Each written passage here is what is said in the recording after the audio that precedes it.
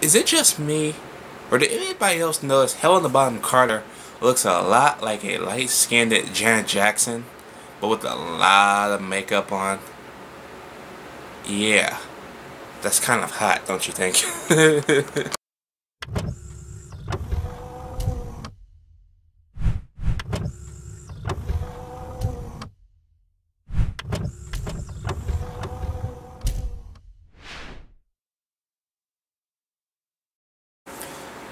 Planet of the Apes. Widely considered to be a remake of the original film, I consider this more of a reboot. They took this movie in a completely different direction, and some would say it would follow closer to the book, as well as the new twist ending, since that one was different too, that ending kind of followed the book as well. I would like to think so, but there's something odd about it, but it just might. So basically, the movie is set in the future. Mark Wahlberg plays Leo Davidson, a U.S. Air Force officer who works at a space station. But he's never allowed to fly spaceships for testing things purpose. They usually just use chimps to do stuff. But when a cosmic storm comes along, as he wants to go along, but they insist on sending the ape along to check it out. When the ape gets sucked into a wormhole, I guess you could say, he follows after him and ends up in that same wormhole, away from where they came from, and he crash lands on a nearby planet, inhabited by intelligent apes. In this movie, the humans can talk, and the apes are well aware of this, as whereas the original film, they thought humans were inferior because they couldn't talk. So in this movie, the apes are kind of douchebag assholes, and basically this film is more about racism, if you will, against the human beings. One ape even calls him a house human.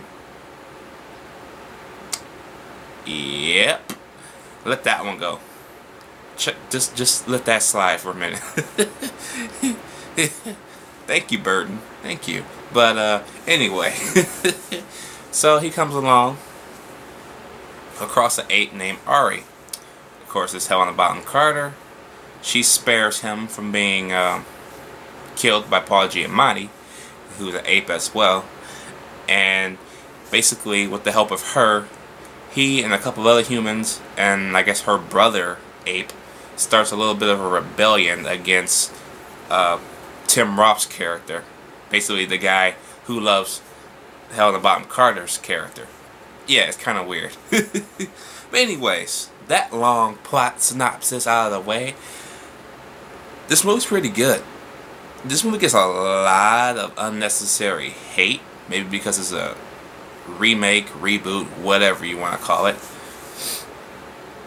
But I thought it was pretty good. I didn't like it when I first saw it, maybe because I didn't understand it when I first saw it. When I first saw it, I was like, what, 13, 14 years old? So I haven't seen this movie in literally like almost 12 years. So, yeah, this is only like my second time watching it. So, I do remember watching it before, so, yeah. Let's get off to the acting. The acting in this movie is pretty good. You got an all-star cast here. You got Marky Mark. You got Tim Roth, unrecognizable and don't even sound like Tim Roth. I'll get to that in a minute. Michael Clarke, Duncan, Paul Giamatti, Charlton, Heston as Zaius. Now he's uncredited, so I'm not trying to look for his name. He's kind of uncredited in this movie, but it's him. And I'm like, damn, that's hilarious. Basically, he plays Thade's father. That's his name, Thade, which is Tim Roth's character. He plays his father in the movie, so that's kind of awesome. The costumes. Costumes are vastly superior in this movie. Of course, it had a $100 million budget. It couldn't look any cheaper, so it actually looks pretty good. Aside from Helena Bonham Carter and Paul Giamatti, who you can clearly see their face in that makeup, Michael Clarke Duncan and Tim Roth are the only two that stands out in this movie because they're the only two that don't even look like each other. At least you can hear Michael Clarke Duncan's character's voice, his voice inside that suit. since Michael Clarke Duncan is Tim Roth's basically second in command and best friend. But it's Tim Roth that completely steals this whole movie, because not only does it not look like him, it doesn't even sound like him. His British accent doesn't slip once. It's amazing. He sounds completely different. That is awesome. That is fucking awesome, man. That guy was dedicated. And I'm glad he was dedicated, because he made it a better movie than what I thought it was going to be. You know what I mean?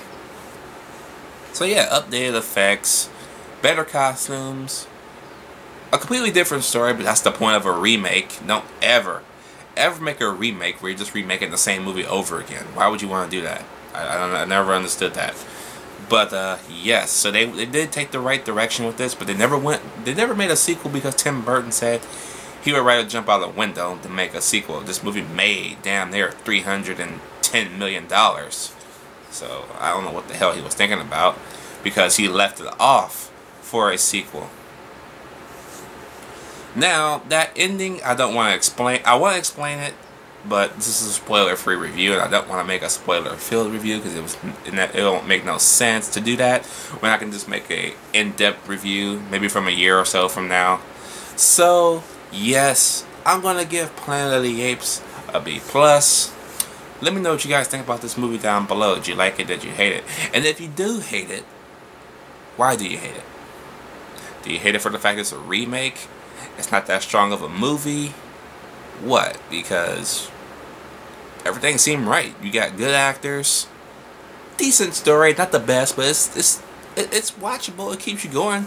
The movie's only 1 minute away from being 2 hours. So, yeah. Alright, I'm out.